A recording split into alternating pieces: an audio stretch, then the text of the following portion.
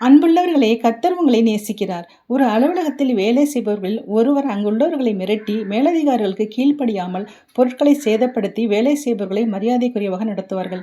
நீண்ட நாள் வேலை செய்வோர் என்பதால் ஒரு தனி துணிச்சலும் ஆணவமும் அவருக்கு வந்துவிடும். பொறுப்பின்றி நடந்து கொள்ளும்போது அதிகாரிகள் ஆலோசனை செய்து அவருக்கு ஒரு பொறுப்பை கொடுத்து, நீர்தான் பார்த்துக்கொள்ள வேண்டும் என்றால், அப்படிப்பட்டவர்கள் மனநிலை மாறி ஒழுங்காக இருப்பார்கள். ஒருவரை தண்டிப்பதை விட அவர்களை திருத்துவது மேலானது தானே. வேதத்திலே அப்போஸ்தலர் 9ஆம் அதிகாரத்தில் பார்க்கிறோம். சவுல் என்பவன் கர்த்தருடைய சீசர்களை பயமுறுத்துவதும் கொலை செய்வதும் அவர்களை கட்டி எருசலேமுக்கு இருக்கிற பிரதான ஆசாரியர்களிடம் கொண்டு போவதுமாயிருந்தான். அவன் ஒரு நாள் தமஸ்குவுக்கு போகும்போது சடுதியிலே வானத்திலிருந்து ஒரு ஒளி தோன்றி அவனை சுற்றி பிரகாசித்தது. அவன் தரையிலே விழுந்தான். சவுலே, சவுலே என்று சத்தம் கேட்டதும், ஆண்டவரே, நீர் யார் என்றான். அதற்கு இயேசு, நீ துன்பப்படுத்துகிற இயேசு நானே.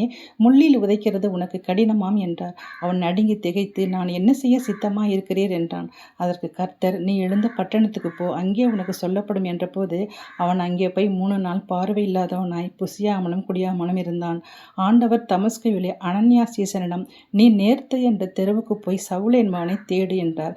அப்போது அவன் பரிசுத்தவான்களுக்கு பொல்லாப்பு செய்தவனாயிற்றே என்றபோது கர்த்தர் அவனை என்னுடைய நாமத்தை அறிவிக்கிற பாத்திரமாக அவனை தெரிந்து கொண்டேன் என்றார். அப்போது அனனியா சவுல் இருக்கிற வீட்டுக்குள் சென்று, சவுலே, நீ தரிசனம் கண்ட இயேசுதான் என்னை அனுப்பினார். நீ பார்வையடைவும் பரிசுத்தமாகவும் என்னை அனுப்பினார் என்றான். உடனே சவுல் பார்வையடைந்து எழுந்து ஞானஸ்தானம் பெற்றான். பின் ஆலயங்களிலே கிறிஸ்து தேவனுடைய குமாரன் என்று பிரசங்கித்தான். ஜனங்கள் ஆச்சரியப்பட்டார்கள் என்று பார்க்கிறோம். ஆம் சகோதர சகோதரர்களே, கர்த்தர் எப்படிப்பட்டவரை மாற்ற வல்லவர்.